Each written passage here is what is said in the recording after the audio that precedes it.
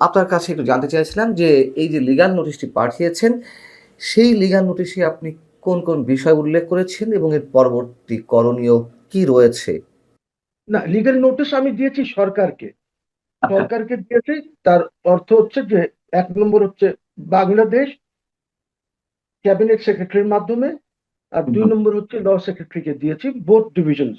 ল ল মিনিস্ট্রিতে ২টা ডিভিশন আছে, ওদেরকে দিয়েছে। ওকে ভাই, আপনি যদি আমার লাস্ট যদি কেউ দেখে থাকে, সেটা হলো যে হুম, আমি কি চেয়েছি গভর্নমেন্টের কাছে। আমি কিছু চাই নাই, আমি যেটা চেয়েছি যে আপনারা দয়া করে একটা কমিশন গঠন করুন, ওই জি, কমিশনটা ইনকোয়ারি করুক। আমি এখানে কিছু জিনিসগুলি বলেছি এইগুলি, because some of this things amount two sedition. তো আমি তো ডাইরেক্ট মামলা ওইভাবে করতে পারবো না সেডিশনের জন্য বা ইসের জন্য। তো কমিশন হলে হবে কি, কমিশন আমি যে জিনিসগুলি বলেছি আমাকেও ডাকবে কমিশন, তখন আমি এই জিনিসগুলি সেখানে রাখবো। কিছু কিছু আহ, ওনার ইয়ে আছে, যেমন ব্যাংকে কত টাকা আছে কি এইসব কথা বলেছি, জায়গা জমির কথা বলেছি। এবং আহ, উনি যেভাবে মাফ টাফ করেছেন, উনি নিজে যেভাবে মানে আহ, আপনার কনফ্লিক্ট অফ ইন্টারেস্ট আছে, কিভাবে ব্যবসা হুম, বাণিজ্য উনি নিজে নিয়েছেন ওই পজিশনে থেকে। এবং ওই পজিশনে থেকে আপনি যদি নিজের ব্যবসা বাণিজ্য থাকে তাহলে আপনি সেটাও করতে পারেন না আর্টিকেল 147-এ। এইখানে উনি তো আরো ব্যবসা নিয়েছেন, উনি লাইসেন্সেস নিয়েছেন, ইউনিভার্সিটি আছে, উনি ইসে ম্যান পাওয়ার লাইসেন্স নিয়েছেন, অনেক কিছু করেছেন, ডিজিটাল ওয়ালেট আছে, অনেক কিছু আছে। ওনার জমি আছে, আহ, আহ, অনেক জমি আছে যেগুলি আহ, খাস ল্যান্ড ওনাকে দেওয়া হয়েছে সরকারি তরফ থেকে। ওইগুলি উনি কথা ছিল যে উনি কিছু কাজ করবেন সেগুলিকে নিয়ে, কিন্তু ওইগুলি উনি কিচ্ছুই করেন নাই। He has not done anything. তো এই যে জিনিসগুলি আছে, এই জিনিসগুলি আমি চাইবো যে কমিশন একটা ইনকোয়ারি করুক। তারপরে উনি কিভাবে দেশের কনস্টিটিউশনটাকে ভায়োলেট করেছেন, একদম উইথ ইম্পিউনিটি ভায়োলেট করেছেন। উনি কনস্টিটিউশনের কোনো কিছুই মানেন নাই, জিরো, একদম জিরো। এখন দেখেন বর্তমান গভর্নমেন্ট কি করছে, একটা প্রেসিডেন্টের যে ডিগনিটি আছে ওই ডিগনিটিটা রিস্টোর করেছে গভর্নমেন্ট।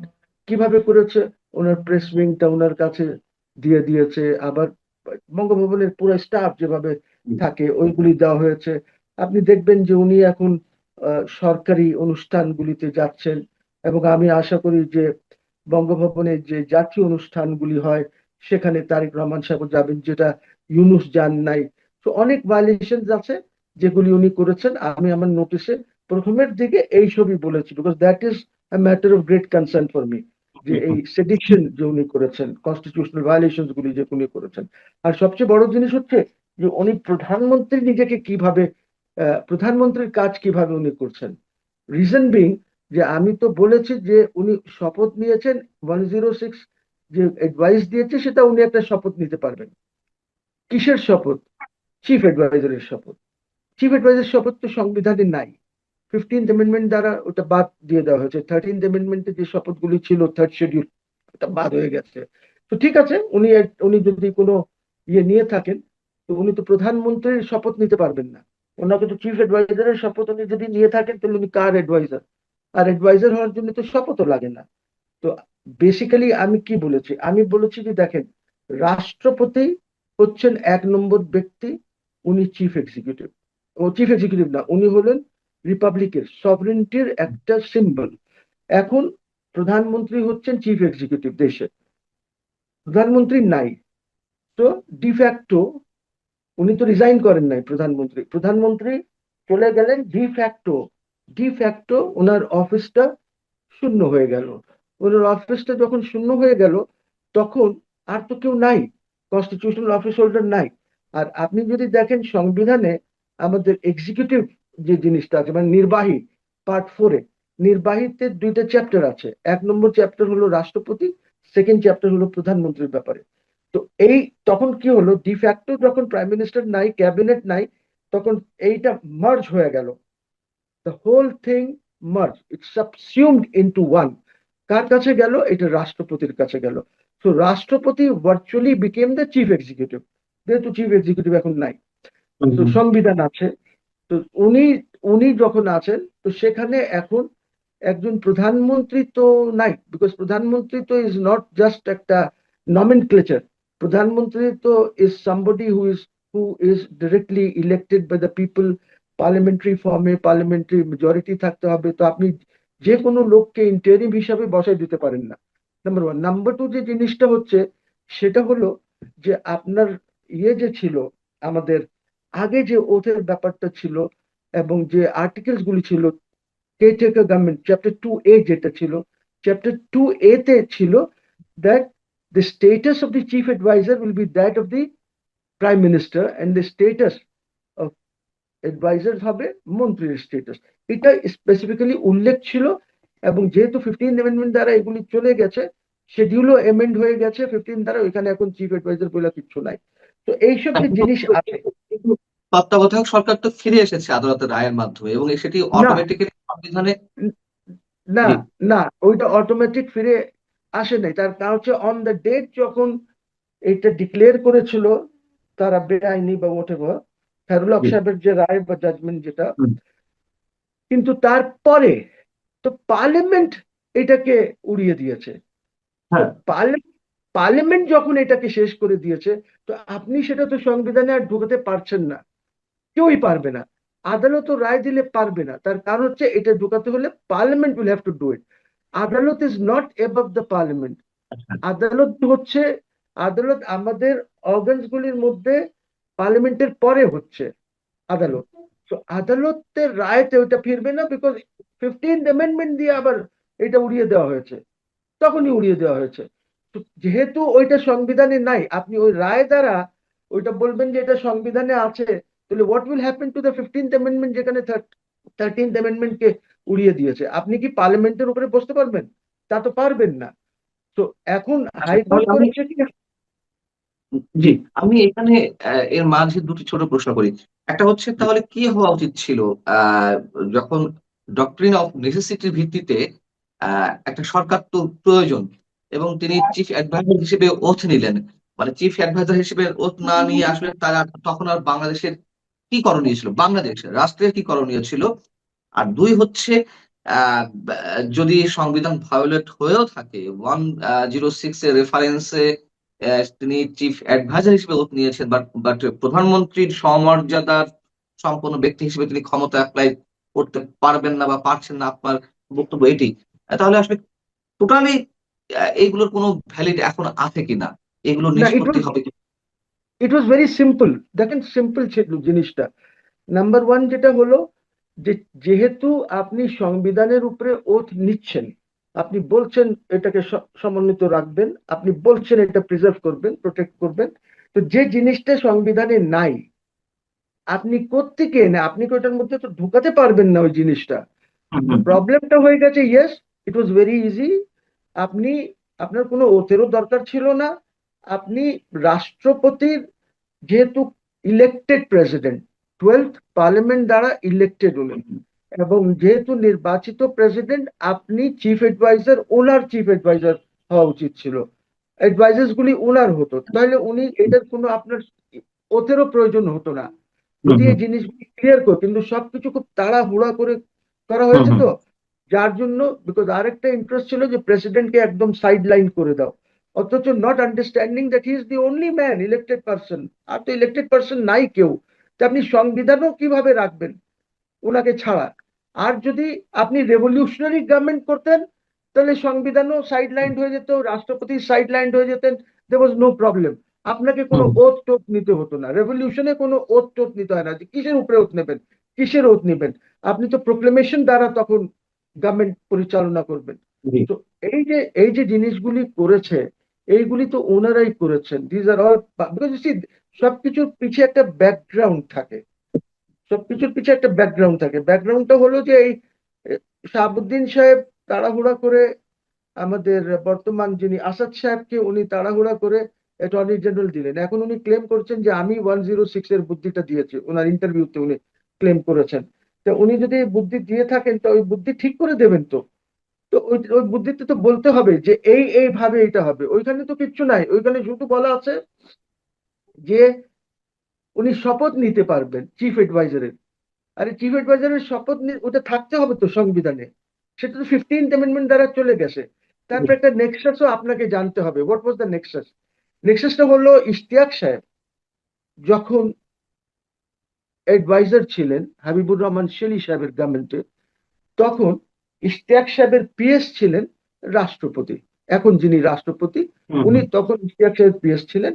আসাদ সাহেব যিনি অ্যাটর্নি জেনারেল, যাকে করা হলো অ্যাটর্নি জেনারেল সাহেব, ইশতিয়াক সাহেবের ফার্মে, ল ফার্মে চাকরি করতো।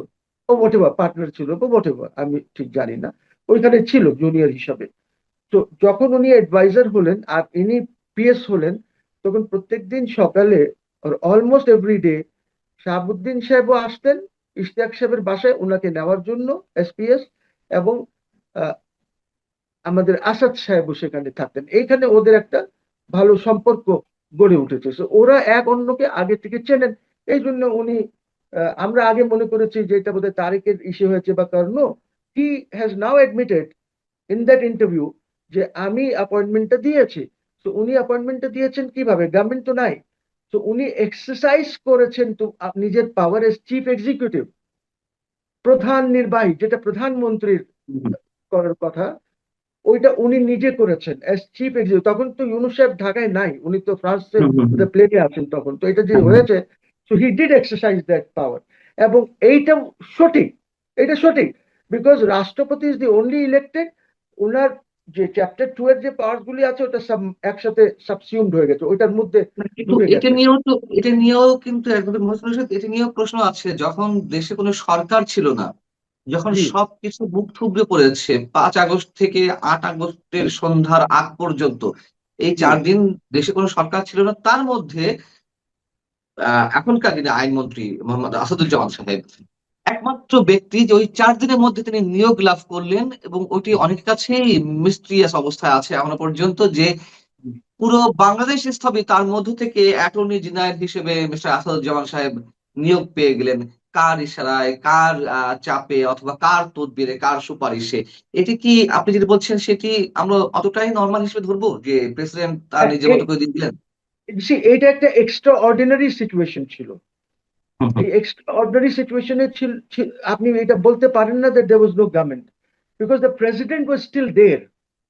প্রেসিডেন্ট তো গভর্নমেন্টের অংশ, সে তো গভর্নমেন্টের বাইরে কেউ না। হি ইজ আচ্ছা। One of them. আমি এই জন্যই বলছি যে প্রধানমন্ত্রীর যে চ্যাপ্টার 2টা আছে, ইটস সাবসিউমড ইনটু চ্যাপ্টার 1, একসাথে হয়ে গেছে। তো একসাথে হওয়ার জন্য হি ওয়াজ দ্য চিফ এক্সিকিউটিভ তখন, উনি তখন সরকার পরিচালনা করছেন, উনি তখন সব বলছেন যে কোথায় কি হবে না হবে। আর্মি, উনি চিফ অফ দি আর্মি, কিভাবে ওই যে সুপ্রিম কমান্ডার হিসাবে উনি তখন এইগুলি পরিচালনা করছেন। He is in touch with the arm forces chief গুলির সাথে রেগুলার বৈঠক করছেন, এই যে যে কয়দিনের কথা বলছেন। তো আই থিঙ্ক যেহেতু প্রেসিডেন্ট ক্লেম করেছে, he is right, because that is, আমারও আর্গুমেন্ট, ইট সাবসিউম, ঢুকে গেছে চ্যাপ্টার 2। প্রধানমন্ত্রীর যে চ্যাপ্টারটা আছে এই পুরাটা ঢুকে গেছে এখন 1 নম্বরে, বিকজ হি ইজ দি না, অনলি ব্যক্তি। আরেকটা প্রশ্ন ছিল, যখন আপনি বিষয়টি তুললেনই, মানে মানুষের মনে যে প্রশ্নগুলো রয়েছে সেখান থেকে আরেকটা প্রশ্ন ছিল, যে ওই সময় তো প্রধান বিচারপতি থেকে শুরু করে অন্যান্য আরো কয়েক বিচারপতি তখন সেনানিবাসে আশ্রয়ে রয়েছেন জীবন বাঁচানোর তাগিদে। সেই জায়গাতে মানে সেই জায়গাতে অ্যাটর্নি জেনারেল কে নিয়োগ দেওয়া কি এমন প্রয়োজনীয়তা পড়লো, বা কার নির্দেশে তখন অ্যাটর্নি জেনারেল নিয়োগ দেওয়া হলো? এটি ওই যে কিন্তু অনেক অনেক ওই প্রশ্ন। যে আপনি যদি 106 পড়েন আর তার সাথে যদি রুলস গুলি পড়েন, যে রুলস গুলি আছে 106 ব্যাপারে, সেখানে বলা আছে the notice will be given to the attorney general. Court বসবে, বসে একটা অর্ডার করবে, অ্যাটর্নি জেনারেলকে নোটিশ দেওয়া হবে। কিন্তু প্রশ্ন সেখানে যেটা হয়েছে যে 2 আওয়ার্স এর মধ্যে, যে 7টার সময় ওত নেবে আর 9টার মধ্যে, সোয়া 9টার দিকে ওত নিল, এর মধ্যে এই জিনিসগুলি হয়েছে, যার জন্য প্রপারলি লেখা হয় নাই। আমি তো এটা আর্গিউ করেছি দ্যাট 2জন ছিল ক্যান্টনমেন্টে, বাকিগুলি হদিস ছিল না, but the intelligence agencies new যে কে কোথায় আছে, ওরা ফোন টোন করে ওদের কাছে পাঠিয়ে সই নিয়েছে। কিন্তু যে লেখাটা আছে, ওই লেখাটা হচ্ছে যে ল মিনিস্টার থেকে কেউ লিখে দিয়েছে, সরকারি নথির মতন ওইটা আছে। It's not like order of the court যেভাবে লেখা হয়। এই জন্য ওইসব হুম গ্যাপস গুলি রয়ে গেছে। যদি কোর্ট দ্বারা হতো হতো তাহলে কিন্তু এই গ্যাপস গুলি থাকতো না, ওরা ফিল করে দিত, বিকজ ওরা তো জানে এই যে কনস্টিটিউশনে কি আছে। And I think the attorney general miserably failed to fill in those gaps. ওই গ্যাপস গুলি ফিল ইন করতে পারলো না, যার জন্য এখন এই সিচুয়েশনটা এরাইজ হয়েছে যে উনি প্রেসিডেন্টকে পাত্তাই দেন না, ইলেক্টেড লোককে, নাম্বার ওয়ান পার্সন। তার যে হিসাব বিবরণী, সম্পদের বিবরণী, সেখানে উল্লেখ করা রয়েছে মাত্র, মানে তার জায়গা থেকে যেটি জমা দেওয়া হয়েছে 15 কোটি সামথিং। আমি যদি আরেকটু স্পেসিফিক করে বলি, সেটা হচ্ছে ওনার সম্পদের পরিমাণ হচ্ছে 15,62,44,65 কোটি টাকা। জি জি। আপনি হিউজ সম্পত্তি, মানে অন্তত আপনি যতটুকু খুঁজে পেয়েছেন তাতেই হিউজ সম্পত্তির বিবরণ ওখানে উঠে এসেছে। এই বিষয়টা যদি বলেন, দেখেন, কি কি ইউনুস সম্পত্তি। সাহেবের সম্পদ আমি হয়তো ওইভাবে দিতাম না। এইটা ব্যাংক অ্যাকাউন্ট নাম্বার টাম্বারও আছে যে কোন সালে কত টাকা ছিল কি ছিল। তো ওই জিনিসগুলি কমিশনকে তখন দেওয়া হবে।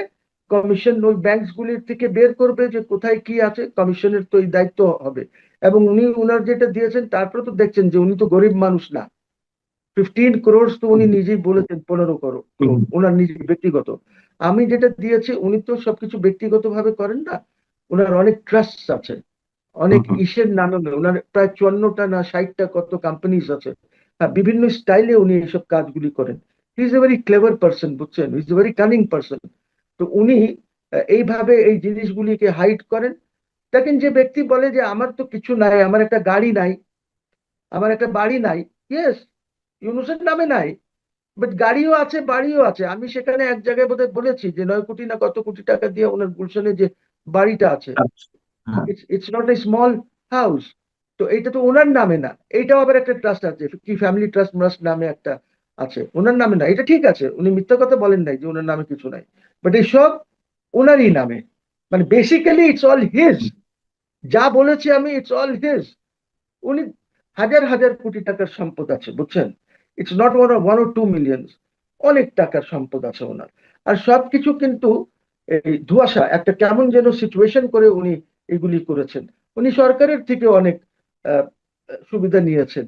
আপনার ইভেন আওয়ামী লীগ সরকার থেকে উনি সুবিধা নিয়েছেন। সো ইউনো, ল্যান্ডস গুলি নিয়েছেন, যে এই কাজ করব, অমুক করতে হবে, এখানে স্কুল বানাবো, সেই করব, কিন্তু কিছুই করে না। এখন শুনেছি নাকি ওই ল্যান্ডস গুলি উনি ওইভাবে বিক্রি করে দিতে চাচ্ছেন। তো দিস থিংস আর দেয়ার। আর আমার কি, দেশের সামনে তো আমি এনেছি, সরকার এখন দেখুক। সরকারকে তো পাঠিয়েছি, ইটস নট দ্যাট আমি অন্য কাউকে দিচ্ছি, সরকারকে পাঠিয়েছি, সরকার করুক না। সরকার এগুলি দেখে যদি সরকার মনে করে, let the sarkar come clean and ওনার সম্বন্ধে অ্যাকাউন্টেবিলিটিটা রিস্টোর করুক। দেখা যাক কি অবস্থায় আছেন। Let him be transparent, let him be accountable. অসুবিধার তো কিছু নাই।